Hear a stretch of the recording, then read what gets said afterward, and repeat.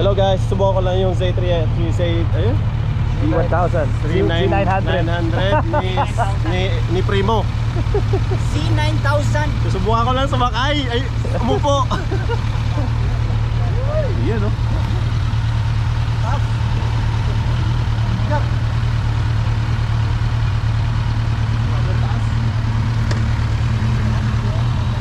Kailan, sir? Yun oh. Ayun. Bili na yan bukas. Bibili na yan bukas. Huwag mo pali pa rin. Pagpagin niya ako. Naku.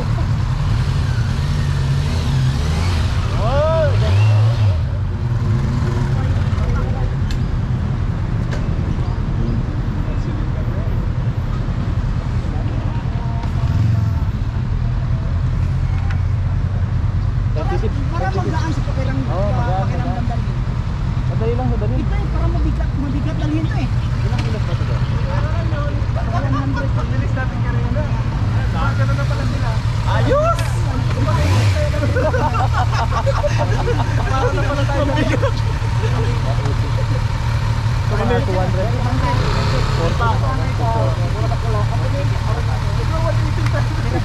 Primero lang yun.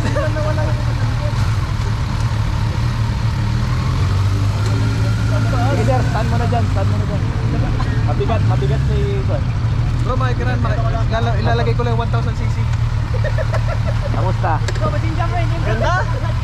Parang gusto ko na bumili nito ng tatlo. Hindi napansin. Parang nakakita na ako ng Primera pa lang yun. Primera pa lang, primera. Taas, paupo lang ako ha. Taas. Try mo, Hindi try ako mo. marunong magmaniho nito eh. Siya! Masakto. Pero sa tingin ko kung 1,000 tapos yung old model, pareha lang yata yun. Sabi niya kasi grabe yung hatak na niya eh. Oo. Ano naman na yan? Maganda na kasi yung features na ito. Oo. Yung system niya mas maganda na. Lalo na siguro kapag naka H2 ka Sabayan pa na. ng clutch na. H2C. Slipper? Parang walang traffic nito pag itotalin mo. Yan, 60. Lambot ng clutch na. Malambot, malambot. Ganda! Parang gusto ko lang bumili nito. Salamat El Primo. Welcome, welcome, Shout out welcome. Welcome to the jungle. Wash out, wash out. Watch out! Watch out. Watch out. Bukas, meron na si sir. Yes! CBR 1000RR. Ayun. So, tapos na pala yung April Fool's Day. April Fool.